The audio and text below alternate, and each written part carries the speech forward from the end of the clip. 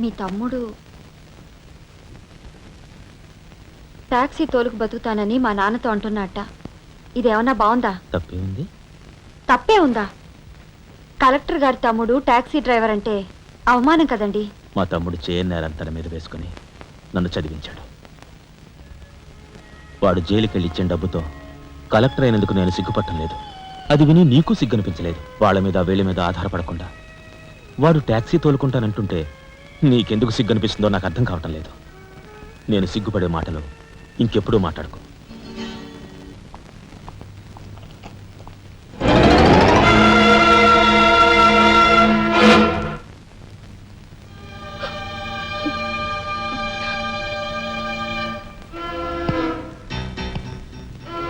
ఈ ఫోటో అక్కడి నుంచి ఎందుకు తీసావు? హాల్ అందంగా ఉండాలని. అందంగా ఉండాల్సింది హాలు కాదు, మనుషుల మనసులు. ఇదిగో చూడు, నా సంగతి నీకు పూర్తిగా తెలిసినట్లేదు. మర్యాదగా ఫోటో తీసుకెళ్ళి అక్కడ తగిలించు. 10 మంది వచ్చిపోయే ఇంట్లో దిష్టి బొమ్మలా ఈ చెత్త ఫోటో ఎందుకు? మా వదిని పిల్లల్ని చిన్నచూపు చూస్తూ అడుగడుగున అవమానాలు పాలు చేస్తున్నా. దానైనా క్షమితేవో కానీ చనిపోయిన వాళ్ళు అవమానిస్తే మొత్తం నీ ప్రాణాలు. ఏం చేస్తావు? ఏమైనా చేస్తాను. You shut up! రాజా,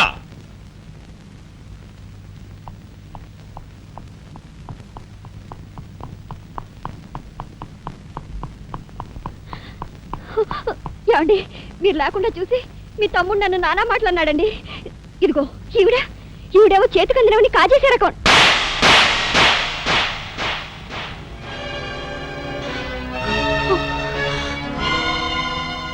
నువ్వు నాకు భార్య మాత్రమే.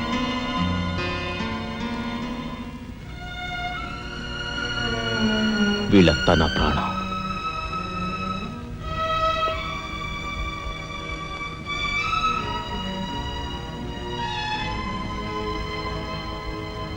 మర్యాదగా ఈ ఫోటో అక్కడ తగిలించకపోతే మా తమ్ముడు చేస్తానన్న పని నేను చేసి చూపిస్తాను.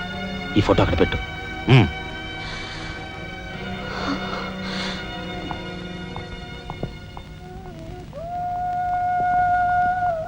సారీ అన్నయ్య. జరిగిన దానికి నేనే సారీ చెప్పాలి. డాడీ, ఆయన వాళ్ళ నుండి దూరం చేయడానికి తెచ్చిపెట్టానన్నావు. ఇలా నేను చంపదెబ్బలు తింటానుకా? వాళ్ళంతా సెంటిమెంటల్ ఫూల్స్. మీ ఆయన్ని వాళ్ళ దగ్గర నుంచి వేరు చేయడం నీ వల్ల కాని పని అని నాకు ఇప్పుడే కదమ్మా అర్థమైంది. అదేమిటో డాడీ, ఆయన నా మాట విన్నట్టే కనిపిస్తారు, మరు నిమిషంలోనే మారిపోతారు. సెంటిమెంట్లో ఉన్న వీక్నెస్ ఏదమ్మా. ఓ పని చెయ్యి, ఆ విషయం ఈ పోలీస్ బుర్రకు వదిలేసాయి. వాళ్ళ సంగతి నేను చూస్తాను.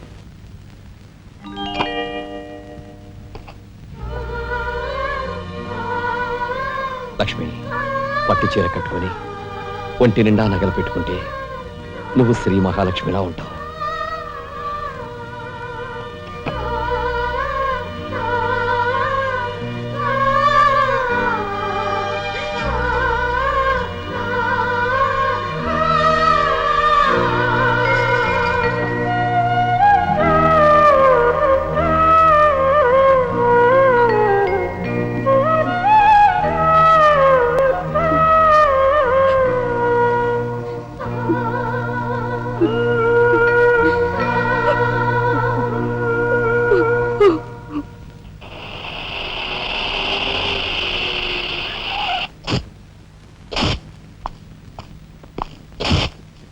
వస్తా డాడీ.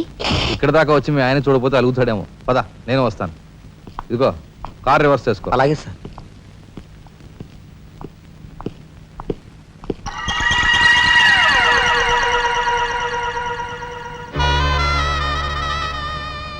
వాళ్ళని బయటికి పంపించే అవకాశం వాళ్లే మనకు కల్పించారు.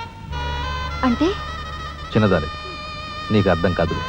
నువ్వు ఒకసారి పైకి వెళ్ళి మీ ఆయన్ని తీసుకురా. మిగతా విషయం నేను చూస్తాను. వెళ్ళి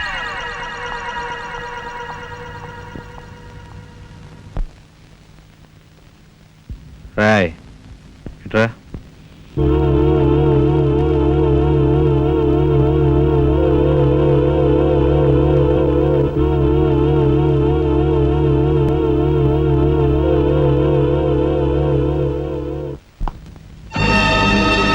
ఎవరది?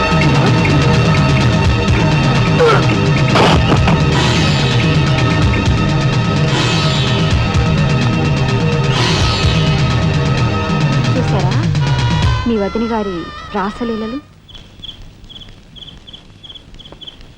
ఎవరా అదే? ఏయ్, అగో! అయ్యా నువ్వా? సార్ మొగుడు చేస్తే ఆడవాళ్ళు నుదురు కుంకుమ తీసేస్తారని ఇప్పటి వరకు తెలుసు, కానీ చాటు మొగుడు వచ్చినప్పుడు బొట్టు కూడా పెట్టుకుంటారని ఇప్పుడే తెలిసింది. ఇన్నాళ్ళు నిన్ను వదినగా కాదు, తల్లి కన్నా ఎక్కువగా చూసుకున్నాను. కన్న తల్లి చేయకూడని పని చేస్తే ఏ కొడుకు క్షమించడు.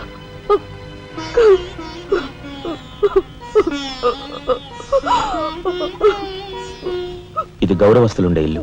మీరంతా ఎక్కడుండాలో మీరే నిర్ణయించుకోండి. కలెక్టర్ గారు, గౌరవనీయమైన మేజిస్ట్రేట్ హోదాలో జడ్జిమెంట్ ఇచ్చే ముందు మనిషిగా ఒక్క నిమిషం ఆలోచించండి. ఇన్నాళ్ళు మాతో కలిసిమెలిసి పెరిగిన ఒక కుటుంబ సభ్యుడిగా ఎవరో ఎలాంటి వారో తెలుసుకుని మరీ తీర్పునివ్వటం మంచిది.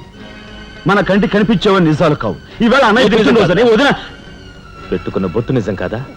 కట్టుకున్న పట్టుచీర నిజం కాదా? నేను చూస్తుండగానే ఆ డ్రైవర్ ఇవిడి గది నుంచి బయటికి రావడం నిజం కాదా? ఇవి చాలవా, లేక అగ్ని పరీక్ష చేయించాలా?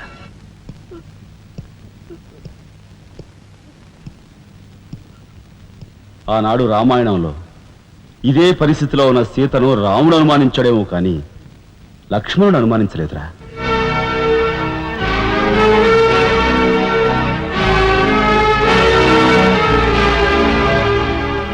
నాయనమ్మా, మీరు లోపలికి వెళ్ళండి.